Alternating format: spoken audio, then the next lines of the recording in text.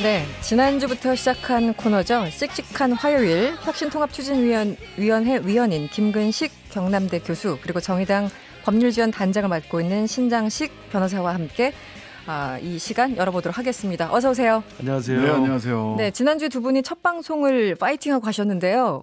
주변 반응이 좀 있었습니까, 김 교수님? 예, 의외로 이 프로그램을 많이 듣더라고요. 의외로라니요. 네, 섭섭합니다. 죄송합니다. 네. 그래서 상당히 많은 분들이 전화를 주셨고요. 아, 그렇습니까? 네, 너무 재밌고 그다음에 들을만했다. 네. 그래서 오늘 두 번째니까 더 열심히 더 더 들을만하게 네. 더 잘하도록 하겠습니다. 알겠습니다. 변호사님은 어떠셨어요? 뭐 씩씩했다 말대로. 말 그대로 이름대로. 네. 이거 시그널 음악도 너무 좋습니다. 용감하게 그렇죠. 씩씩하게. 씩씩한 화요일. 네. 알겠습니다. 오늘도 얘기할 게 산더미입니다. 네. 싸우실 것도 그만큼 산더미란 얘기죠. 네. 자유한국당이 일단은 태영호 전 영국 주재 북한 공사를 영입했습니다. 먼저 위원장님이 아니라 교수님. 예. 헷갈리네요. 어떻게 평가하십니까? 우선 이제 태영호 전 공사 같은 경우는 이제 북에서 내려오신 많은 분들 중에 좀 독특함이 있어요. 네. 우선 황장엽 씨 이후로 이제 최고위급이라는 상징성도 있지만 제가 지금 주목하는 것은 돌아와서 한국에 와가지고 사실 국가안보전략연구원의 연구위원으로 들어갔습니다. 네네. 그건 상당히 따박따박 월급이 잘 나오는 곳이에요. 그리고 대우도 괜찮고요. 네. 근데 거기 있다가 몇 개월 만에 스스로 사퇴하고 나왔어요. 네. 그러니까 그건 뭐냐면 정부 출연기관의 안정적인 생계를 받는 그런 그 정규직은 싫다. 오히려 내가 하고 싶은 이야기를 하겠다라는 이제 정치적 의지를 가지고 나와서 네. 많은 방송 활동 또 언론 활동을 통해서 정부 대북 정책을 많이 비판을 했죠. 그랬었죠. 그러니까 사실은 네. 북에서 오신 분들이 보면은 대부분은 초기에는 정부의 그 틀 안에 있는 게 이제 대부분의 상계인데 일반적으로는 그랬었죠. 그렇습니다. 그런데 네네. 이제 이분은 오자마자 이 문재인 정부의 대북 정책에 문제가 있다는 이제 자기의 소신을 가지고 편안한 길을 버리고 지금 사실 혼자 나와서 프리랜서로 열심히 뛰었거든요. 네. 그러니까 소신 때문에. 그렇습니다. 네. 그렇기 때문에 그런 의미가 하나 있고요. 두 번째 이제 지역구라는 게 이제 처음이니까 좀 특이하죠. 네, 지역구 그러니까 나가신다고 하죠. 대부분 이제 비례대표로 이제 영입을 한 그 케이스인데 지역구를 나가겠다고 하니까 그것도 사실은 이제 북에서 온 분 중에서 지역에 가서 지역 유권자들과 직접 접촉하고 지역 유권자들의 심판을 받겠다는 거기 때문에 처음 그것도 있는 상당히 일입니다. 의미 있는 일이라고 생각을 합니다. 네, 그래서 긍정적으로 평가를 하신다는 예, 뭐 저는 입장이시죠. 북에서 오신 분들이 사실은 우리가 이제 이야기할 때 먼저 온 통일이라고 이야기하거든요. 먼저 오신 분들이기 때문에 그분들이 대한민국에서 어떻게 정착하고 어떻게 생활하는지가 북에 있는 분들한테 큰 의미를 갖기 때문에 네. 지역구에 나가서 당당하게 배지를 달고 국회의원이 돼서 국정에 참여한다는 걸 보여주면 북한에게 상당히 큰 의미가 있을 거라고 봅니다. 네. 신장식 단장님은 어떻게 보셨습니까? 우선 어떤 효과를 노리고 영입을 했느냐라고 하는 거는 사실은 지금 조금 지지부진한 점이 없지 않아 있지만 미국과 북한 간의 관계 때문에 지지부진한 점이 없지 않지만 네. 문재인 정부에서 기간에 한 2년 반 동안에 가장 평가할 만한 것은 그 전쟁 직전의 한반도 분위기를 평화 무드로 바꿨고 네. 그다음에 남북 정상회담이 수시로 개최되는 등의 이런 성과들이 있었는데 이 대북 정책을 비판하는 상징적 효과를 태영호 전 공사를 통해서 가져보겠다라고 네, 하는 네. 것이 이제 정치적 의도는 분명한 것 같고요. 네. 그다음에 지금 최근에 이렇게 비례대표로 가는 거는 사실 자유한국당 입장에서 굉장히 어렵죠. 자유한국당 입당하세요. 근데 자유한국당에 비례를 줄 수는 없잖아요. 미래한국당으로 비례를 다 한다고 하니까. 네. 이게 사실 다시 또 김웅 전 검사 얘기가 나와서 그런데 김웅 전 검사가 새로운 보수당에 입당을 했는데 네. 이제 신설합당 되면은 새로운 통합보수당 이쯤이 될지 어느 당이 될지 대통합신당입니다. 대통합신당. 네, 이름은 명확하게. 네. 대통합신당으로 가야 돼요. 그러고 나서 만약 비례를 가게 되면 또 탈당을 하고 미래한국당으로 가야 돼요. 굉장히 경로가 복잡하네요. 이런 복잡함이 있기 때문에 사실은 자유한국당 같은 경우 인재 영입 자체가 굉장히 어려운 상태고 그렇다면은 가장 확실한 지역구를 주는 지역구에 공천을 하는 것이 어찌 보면 선택할 수 있는 인재 영입의 거의 유일한 길로 보여요. 그래서 어쨌든 그 지역구로 강남 쪽으로 출마를 한다 이렇게 이제 이미 오늘 언론에 보도가 됐는데 강남 쪽으로 출마하면 될까요? 이게 이제 참 여기가 전통적인 자유한국당의 보수 정당들의 이제 전통적인 그 우호적인 지역이잖아요. 그렇죠. 근데 이 태영호 공사가 네. 인민들의 평가를 받겠다라고 얘기를 하셨는데 강남에 있는 인민들이 본인들을 인민으로 생각을 할지는 네. 의문입니다. 아, 네. 그 인민이라는 표현은 인민이란 그 표현이 이제 중어법으로 쓴 거겠죠. 네, 이제 북에서 그렇죠. 와서 북에서 온 탈북하신 분도 남한의 국민들의 평가를 엄정하게 받고 네. 북한이란 건 뭐 신 변호사도 잘 아시겠지만 이게 일당 독재 국가이기 때문에 네. 자유로운 투표가 이루어지지 않는 독재 국가잖아요. 그런 면에서 거기서 살고 오신 분이 남쪽의 자유로운 자유민주주의의 투표를 통해서 진입하겠다는 이야기를 이제 인민이라고 중어법을 표현한 것 같고요. 네. 근데 강남 이야기가 나오는데 사실 강남을 정해진 것 같지는 않고 보니까 양천, 강서, 노원 이야기가 많이 나와요. 그건 뭐냐면 이제 그 북에서 오신 분들이 많이 거주하시는 지역이거든요. 지역. 사실 네. 강남에는 거주를 그렇게 많이 하는 편은 아닙니다. 네. 근데 이제 그건 신 변호사님 말대로 좀 편하게 갈 수 있는 길을 준다면 강남 갑이 비어 있으니 네. 이정구 의원이 지금 다른 지역으로 가겠다고 했기 때문에 그런 이야기 나오지만 두고 봐야 될 것 같습니다. 어떤 지역으로 선택해서 갈지는. 네. 알겠습니다. 본인이 당선된다면 지금 용기를 못 내고 있는 북한의 그 사람들에게 메시지가 될 것이다. 이런 얘기를 전 공사가 했었죠. 그러니까 이게 네.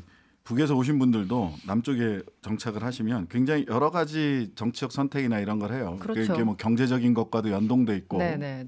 근데 저희 당 당원 중에도 계십니까? 네, 정의당 당원 중에서 네. 탈북해서 오신 젊은 당원들이 네. 몇 계세요. 네. 뭐 이분들이 가지고 있는 또 시각도 굉장히 당내에서는 여러 가지로 고민할 거리들을 많이 주시고 그 양당에서 네. 그분들 만나서 뭐 토론 한번 같은 거 열어도 재밌을 것 같네요. 그런 거 한번 하면 좋을 네. 것 같네요. 전혀 다른 이쪽은 또 젊은 분들이기 때문에 저희 당에 와 있는 분들은 그렇죠. 대체로 젊은 분들이거든요. 이 프로그램이 굉장히 그 청취율이 높기 때문에 네. 여기서 한번 하시죠.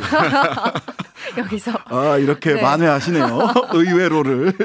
알겠습니다. 태영호 전 공사 말고 이분들이 사실 굉장히 핫하죠. 홍준표 전 대표 그리고 김태호 전 지사. 자유한국당 김영호 공관위원장이 고향 출마 접고 제발 험지로 가라 최후 통첩을 했는데 홍 전 대표는 내가 양산까지는 가볼게. 왜냐면은 문재인 대통령의 생각이 있는 곳이니까라는 입장을 전했고 김태호 전 지사는 아니야 난 고향 나갈 거야 이런 입장입니다. 어떻게 될까요? 우선 저는 지금 공관위 위원장인 김영호 전 의장이 상당히 그 리더십을 갖고 상당히 추진력 있게 좀 밀어붙이는 것 같아요. 왜냐하면 지금 종로로 가기로 결정한 황교안 대표도 사실은 장고 끝에 그 결심을 한 거 아닙니까? 네네. 뭐 타이밍을 놓쳤다는 이야기도 있습니다만 어쨌든 갔습니다. 네. 그렇기 때문에 제가 느끼기에 지금 김영호 공관위 체제에서의 큰 그림, 총선의 전략은 왜냐하면 자유한국당이 워낙 그동안 비판을 많이 받고 사람들한테 사실 네. 비호감이 많기 때문에 공천 전략의 그림을 가지고 좀 감동을 주려고 하는 것 같은데 첫 번째가 일단 지도자급이나 당대표급이나 대선 주자급은 험지로 가서 희생하는 모습을 보여라. 네. 이 그림을 그리려고 했던 것 같아요. 네. 황교안 대표가 첫 단추가 안 풀려서 시간이 좀 끌었는데 됐고 유승민 대표 불출마했고요. 그러니까 홍준표 대표도 제가 볼 때는 반드시 험지로 가는 수밖에 없는 상황입니다. 네. 양산을 해서 봉합이 될지 모르겠습니다만 네. 김태호 지사도 제가 볼 때는 고향은 못 갈 거고 가서는 안 된다고 생각을 합니다. 가서는 안 된다. 그렇다면 네네. 창원 성산이나 뭐 김해을 정도를 또 경남에서 만약에 한다면 할 수도 있고 네. 왜냐하면 경남지사 출신이니까. 네네. 그리고 나머지가 또 있죠. 김병준 전 비대위원장, 그렇죠. 그다음에 오세훈 전 시장은 지금 광주에서 열심히 뛰고 있고 나경원 원내대표 동작에 있고 네. 그렇게 하면 되게 큰 지도자급의 큰 그림이 이렇게 포석이 됩니다. 그러면 1단계는 전 정리됐다고 보고요. 네. 2단계 김영호 공관위원장 그림이 뭐냐면 어제 이제 태영호 공사 영입해서 한 것처럼 네. 상징성 있는 사람을 영입해서 상징성 있는 지역에 배치하는 전략을 저는 할 것 같아요. 네네. 그것도 나름대로 이제 국민들한테 관심을 갖게 될 것 같고 네. 세 번째가 제가 느끼는 걸로는 이제 자객 공천입니다. 자객 공천. 예, 이게 네. 일본에서 많이 나온 이야기입니다만 지금 이 자유한국당이나 이제 대통합신당에서 하는 것은 문재인 정권의 오만과 독선, 그다음에 위선과 진보의 민낯 이런 것들을 지금 공격하기 위한 것이기 때문에 그러한 대표적인 선수들이 있지 않겠습니까? 네. 예컨대 뭐 구로의 뭐 이인영 원내대표라든지 네. 서대문의 우상호 의원이라든지 노원의 우원식 의원이라든지 네. 이런 분들은 586으로서 그동안 3선 4선에서 사실 이미 기득권화 됐다는 평가를 받는 분들이에요. 저도 586 출신입니다만 네. 이제 그런 네. 분들을 그러면 무능하고 오만한 그런 이 586도 심판하겠다는 컨셉을 가지고 거기에 걸맞는 자격들 공천할 수도 있는 거거든요. 그럼 관심을 끌 수 있습니다. 그런 3단계 전략을 갖고 있다. 4단계가 또 있습니다. 4단계 그건 또 제가 나중에 있습니까? 공개하도록 하겠습니다. 지금 공개하셔도 괜찮습니다. 제가 네. 언제까지 방송 나올지 모르니까 나중에 그렇군요. 숨겨놨다가 아껴뒀다가 네. 어떻게 보세요? 홍 전 대표는 내가 양산까지는 양보할게 하는데 지금 노컷뉴스 조금 아까 보도 보니까 김영호 공관위원장이 나는 할 말 없어 이렇게 얘기를 했대요. 그것도 안 된다라는 의미로 읽히는데 어떻습니까? 그렇죠. 이런 상황? 실은 홍준표 전 대표나 김태호 전 지사 같은 경우 전부 다 창원 성산 출마를 처음에 권유받았던 지역에 갈 거면 창원 성산 가라. 네. 이렇게 권유받았던 네네. 걸로 알고 있어요. 근데 이제 거기 이제 여영국 의원이 당선된 지 1년밖에 안 됐고 그렇죠. 보니까 민주당이랑 정의당이 어떻게 될지 모르겠고 뭐 이러면서 실은 거기를 다 피했던 예. 네. 주소지를 이전을 했냐 안 했냐 논란이 있었죠. 홍준표 전 대표가. 네. 근데 어쨌든 거기가 이제 탄탄하니까 성산은 어쨌든 피하고 싶어 하시는 것 같아요. 경남 안에서는 두 분 다. 네네. 근데 계속 이렇게 피하다 보면 사실 김형호 지금 공관위원장이 저는 공관위원장이 아니라 비대위원장 같은 느낌이에요. 비대위원장 사실상. 같은. 그러니까 황교안 대표는 네네. 황교안 대표 종로도 사실은 알고 보면 뭐 늦은 결정이다라고 하는 건 좋은 평가고 네. 밀려났죠 사실. 뭐 공관위 불출마할 회의도 거냐 아니냐 뭐 이런. 공관위 회의도 야, 한 2, 3일 미뤄줄 테니까 그 안에 결단해라고 모양새를 사실은 이 김형호 그 공관위원장 사실상 비대위원장이 네네. 이게 이 말하자면 내공이 있으니까 그 시간을 주면서 모양새를 만들어진 거지 사실상 밀려나갔단 말이죠. 네, 그런 평가가 있죠. 또 네. 뭐 김세연 비대위원 같은 느낌이에요. 거기도 공관이었긴 한데. 근데 이분들이 결과적으로는 서울이나 그러니까 사실은 경남 안에가 험지라고 보기에는 네. 실제로는 쉽지 않죠. 두 분 다 경남 도지사 출신인데. 그렇죠. 네. 그러니까 이제 서울이나 수도권으로 올라와야 된다라고 얘기를 하는데 이분들 그 경남을 벗어나기 본인이 쉽지 않을 겁니다. 수도권 어렵다는 거 알고 있거든요. 그러면은 네, 그래서 결과적으로는 무소속 출마를 결행을 할 거냐 말 거냐가 이제 남았어요. 이분들도 엄청난 고민에 빠질 텐데 네네. 성격상 제가 보기에는 홍준표 지사는 무소속 출마도 결행할 성격이고 그렇습니까? 김태호 전 지사는 무소속 출마까지 결행할 분은 아니지 않을까 이제 개인적으로 성격이 그렇다. 저는 그 이제 좀 정도는. 전망을 네. 해보면 오늘 내일이면 결론이 날 것 같은데요. 네, 네, 조만간. 네. 그 홍준표 대표는 서울로 와야 될 겁니다. 그렇습니까? 왜냐하면 김태호 지사는 경남에 오래 계셨던 분이고 네. 본래 거창 출신의 도의원부터 시작해서 지사를 했었고 총리로 한번 왔습니다만 서울에 적장 못하고 다시 내려갔습니다. 다시 내려갔죠. 네. 낙마했죠. 그렇기 때문에 사실 경남에 거점이 있는 분이니까 저는 창원 성산이든 김해을이든 경남 양산을 가서 이 김태호 지사 중심으로 PK 선거를 치르고 네. 홍준표 대표는 당대표까지 했고 대선 주자고 네. 동대문 의뢰에서 3선을 하신 분이에요. 그렇죠. 물론 험지라고 합니다만 네네. 본인이 이겼던 곳입니다. 네. 저는 이 자유한국당이나 대통합신당의 수도권 승리를 위해서 정말 스스로 자기를 희생할 수 있는 그런 각오가 있는 정치인이라고 한다면 저는 당연히 서울로 와야 된다고 생각합니다. 홍준표 전 대표가 오늘 어떤 보도를 보니까 내가 그래도 수십 년간 이 당에 계속 있었는데 그래서 약간 탈당은 안 할 거란 뉘앙스의 얘기를 좀 하신 것 같은데 제가 봐도 탈당할 전망하시기는 성격은 아닌 걸로 압니다. 그렇습니까? 그러니까 네. 홍준표 대표가 뭐 말은 좀 막말 비슷한 논란이 있습니다만 네. 성격은 나름대로 또 원칙을 지키는 분이에요. 그렇기 때문에 탈당을 내가 할 수는 없다. 25년 동안 나는 한 번도 탈당한 적 없다. 그 말은 사실 네네. 진심일 거라고 믿습니다. 왜냐하면 탄핵이라는 그 요동치는 전국의 소용돌이 속에서도 그분은 그냥 그 양반은 그냥 지켜냈던 거거든요. 물론 이제 친박 비박 양쪽에 다 욕을 먹긴 했습니다만 네네. 그렇기 때문에 본인이 생각하는 탈당은 사실 본인으로서는 할 수 없는 일이라고 봅니다. 그럼 김 교수님 얘기를 좀 정리를 하면은 결국은 서울로 끌려 올라올 것이다. 본인이 그건 이제 결정할 김영호 것이다. 공관위원장 아까 비대위원장이라고 네네. 하셨는데 사실상 김영호 공관위원장의 힘이 작용이 될지 네. 홍준표 대표의 버티가 작용이 될지는 뭐 네. 결론 나야 되겠습니다만 일반적인 국민의 시선에서 본다면 홍준표 대표도 버리고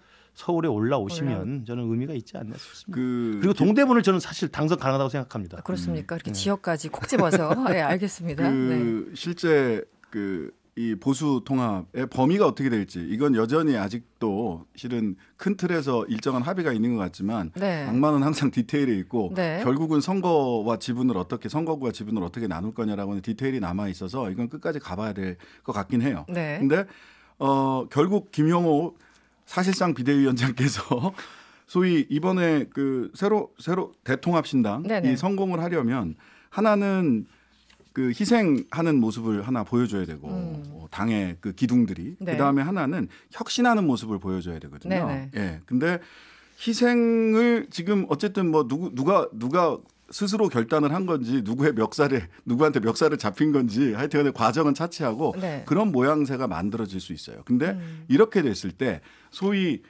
오래된 분들이 희생하는 모습을 보인다는 건 한편으로 좋은데 네. 한편으로는 사람과 정책에서 혁신의 모습, 새로운 인물과 새로운 컨텐츠를 보여줄 수 있을 거냐. 근데 여기서 이제 두 가지 어려움이 있다는 거죠. 하나는 인재 영입에 박찬주 전 대장부터 전 장군부터 시작을 해서 인재 영입에 계속해서 실패했다라는 사람 선택을 잘못했다는 게 있고 그다음에 아까도 말씀을 드렸습니다마는 인재 영입을 하기가 구조적으로 어렵게 틀을 짜놨어요. 그러니까 비례대표는 미래한국당으로 가야 된다라고 하는 것 때문에 이게 구조적으로 틀을 자기들이 어렵게 짜놨기 때문에 인재 영입을 원활하게 하기 어려운 부분들이 있어요. 그래서 쉽게 말하면 예전에는 인재 영입을 하면 주로 이제 비례로 모시는 그렇죠. 경우가 많았었는데 지금은 그게 어려워지니까. 네. 그러니까 누군가 자 우리 정치 한번 같이 해봅시다. 자유한국당 말고 미래한국당으로 가셔야 됩니다. 그러면 누가 흔쾌히 거기를 동의하기가 쉽겠어요. 그러니까 이 예전 인물들이 헌신하는 건 좋은데 그로 인해서 새로운 인물들이 부각되기 어려운 측면이 하나가 있고 하나는 지금 정당 구조 자체를 굉장히 인재 영입을 어렵게 만들어 놓은 부분들이 있다라는 게 하나의 약점이고 그다음에 하나는 어떤 컨텐츠냐. 그러니까 결과적으로 지난주에 우리 김근식 교수님이랑 얘기를 하면서 대통합신당 등 좀 미래의 가치를 두고 이게 뭐 국회의원 선거는 미래 가치에 대한 어떤 선택이잖아요. 뭐 과거에 대한 평가도 있지만 새로운 가치에 대한 선택도 같이 들어가는 건데 그런 가치들이 들어간 당명을 좀 만들었으면 좋겠다. 안 그러면 진짜 반문재인 밖에 안 남는 거 아니냐라고 하는데 여전히 좀 그 부분이 어려운 거죠. 사실은 뭐 시간도 좀 촉박하기도 하고. 알겠습니다. 뭐 잠깐 짚고 넘어갈 게 있어요. 김근식 교수님은 서울 출마하십니까? 예, 서울에 거주하고 있으니까요. 출마를 결심을 하면 서울에서 나와서. 출마할 생각을 갖고 있습니다. 일단은 뭐 지금은 제가 이제 바른미래당을 탈당한 지가 좀 됐기 때문에 무소속입니다만 제가 지금 혁통추나 지금 통준위에서 지금 새로운 대통합신당을 만드는데 기여를 하고 있기 때문에 만약에 예정대로 당이 출범을 하면 그 당의 어떤 기여했던 책임감 못지않게 스스로 책임질 수 있는 자세를 가지고 서울에서 출마할 생각을 갖고 있습니다. 근데 미래한국당 가시는 건 아니죠? 아니 근데 복잡한 당 구조라고 지금 신 변호사가 이야기하니까 복잡하죠.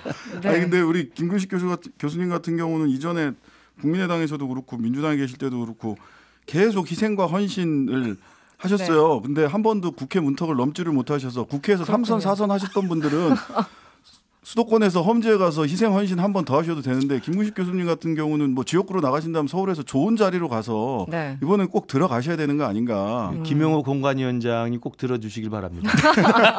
그러나 제 개인적인 생각으로는요.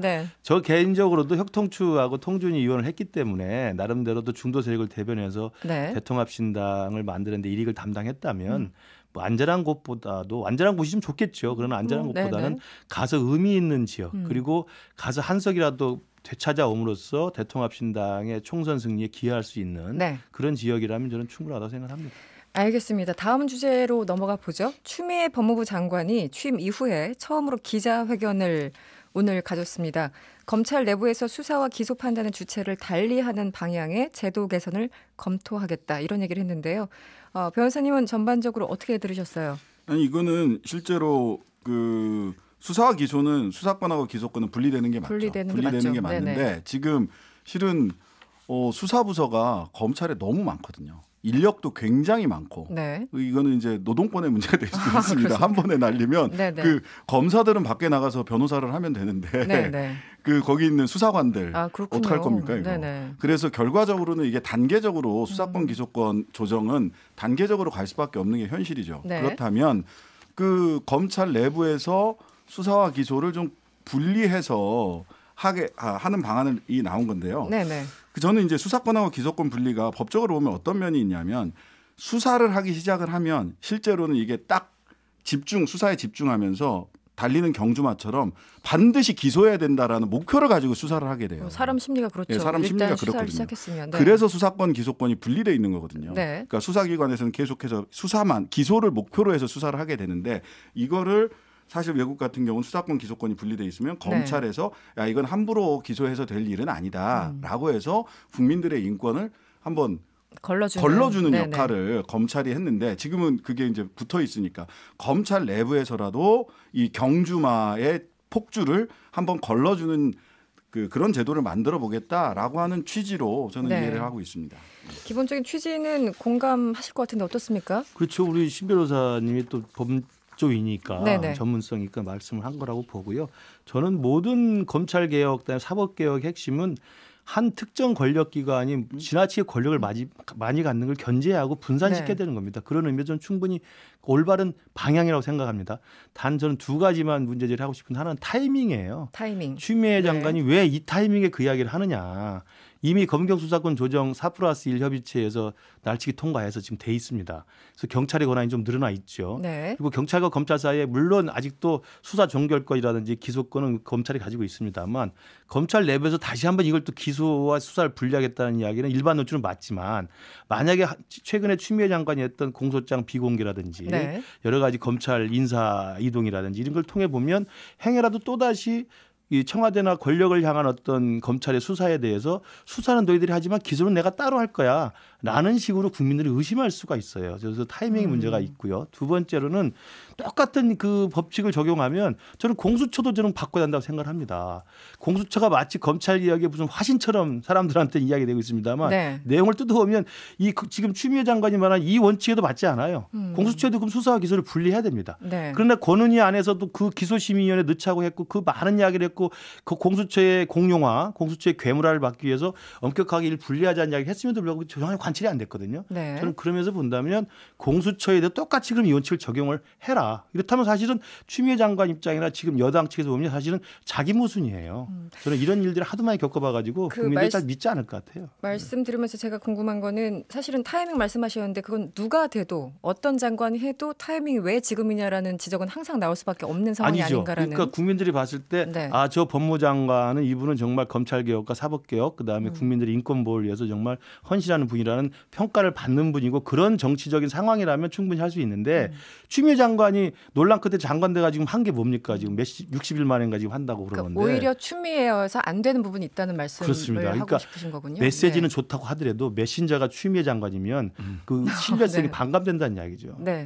어떻습니까? 그 공수처 관련해서 저는 공수처가 괴물화될 거다 이 얘기는 조금 과장이 있는 것 같아요. 왜냐하면 네. 사실은 저는 오히려 공수처가 일을 못할까 봐 더 걱정이 돼요. 네, 왜냐하면 예전에도 언급하셨죠. 네네. 공수처 검사 25명밖에 안 돼요. 검찰청 검사 2,300명입니다. 네. 그리고 수사관이 한 7,000명 이렇게 있어요. 네, 검찰청에. 네. 그래서 오히려 저는 제가 걱정되는 부분은 공수처가 이제 그 출범 준비위원회, 준비단 이렇게 구성을 하고 가는데 총선 결과에 따라서 제1야당, 제2야당이 어떤 정당이 되느냐에 따라서 2명이 인사추천위원회에서 2명이 비토하면 공수처장 추천조차 못 하거든요. 네, 그렇죠. 예, 그러니까 공수처를 반대했던 보수적인 야당들이 그 제1야당, 제2야당을 하게 될 경우에는 공수처장 추천이 안 돼서 공수처는 연말까지도 제 기능을 못할 가능성이 커요. 네. 예. 그런 부분들이 하나 있고 그냥 기소심의위원회 문제는 사실은 저는 그 김근식 교수님 말씀대로 좀 전향적으로 생각해 봤어야 된다라는 생각을 해요. 그 내부에서도 다만 이제 법리적으로 좀 문제가 되는 부분들은 있었어요. 네네. 그럼에도 불구하고 지금이라도 기소권과 수사권을 좀 분리하는 부분들은 좀 고민할 필요가 있고 네. 실은 저는 공수처가 영원 무궁하게 있어야 될 조직이라고 생각하지도 않습니다. 검찰과 경찰이 수사권과 기소권을 엄정하게 정확하게 분리해낸 다음에는 이렇게 말하자면 지금 이거는 공수처는 독약으로 푸는 방식이기 때문에 과도기의 제도다. 과도기적 네네. 제도기 때문에 오히려 제대로 역할하게 하고 그 수사권과 기소권이 정확하게 분리되면 공수처는 또 뭐 부패가 없어지고 이렇게 되면 뭐 역사 속에 자기 임무를 다하고 사라질 수도 있다. 예, 그런 측면에서 봐야 된다고 봅니다. 알겠습니다. 옳은 말씀이십니다. 네. 역시 네. 그 신자식 변호사님은 이 법조인의 전문성에 기초해서 합리적인 네. 말씀을 해주신 것 같고요. 아니 갑자기 분위기가 이렇게 화기애애지면 안 되는데요. 같은 학과 또 선후배니까. 아, 네, 그렇군요. 그리고 이제 중요한 네. 것은 말씀하신 것처럼 공수처가 사실 독약으로 푸는 거라는 말이 맞습니다. 그러면 사실은 검사 또는 검찰의 스스로의 개혁이 가능한 시스템과 관행을 만들고 네. 경찰도 그러면 그 검찰과 어떻게 서로 균형을 맞춰가면서 서로 권력을 분산시킬 것인가를 잘 생각하면 되는 것이고요. 공수처도 마찬가지죠. 저는 그래서 공수처가 뭐 국회의원 그다음에 그다음에 청와대 뭐 대법관 뭐 법관 뭐 그다음에 검사들 관련해서 그런 특수한 어떤 수사를 하는 것이 필요하다고 한다면 하는데 이것이 마치 아까도 또 말씀드리면 타이밍이에요. 이것이 네네. 지난해 9월 이후로 조국 전 장관 수사와 관련돼서 엄청난 논란이 있었잖아요. 그리고 청와대에 대해서 지금 울산시장 하명 수사에 대해서 논란이 있었는데 네. 그런 것들 청와대가 그냥 입 딱 씻고 발뺌하고 그다음에 나 몰라라 이렇게 하고 있는 상황에 공수처가 뜬다고 하니 이거는 그건 권력을 향한 수사를 또 공수처가 발목 잡는 게 아니냐. 네. 이런 것에 대한 이제 우려가 국민들 계속 있는 거죠. 알겠습니다. 야당 입장 들어봤고요. 시간이 모자라서 신 변호사님한테는 다음에 기회를 드리도록 하겠습니다. 네. 저 공소장 그 보니까 소위 울산 하명수사 공소장에 보니까 거의 정치적 성명서에 가까워서 그 말씀을 좀 드려야 되는데 오늘은 다 못하고 다음 기회에 말씀을 드리도록 하겠습니다. 네, 씩씩한 화요일 김근식 경남대 교수 그리고 신장식 변호사였습니다. 오늘 고맙습니다. 감사합니다. 감사합니다.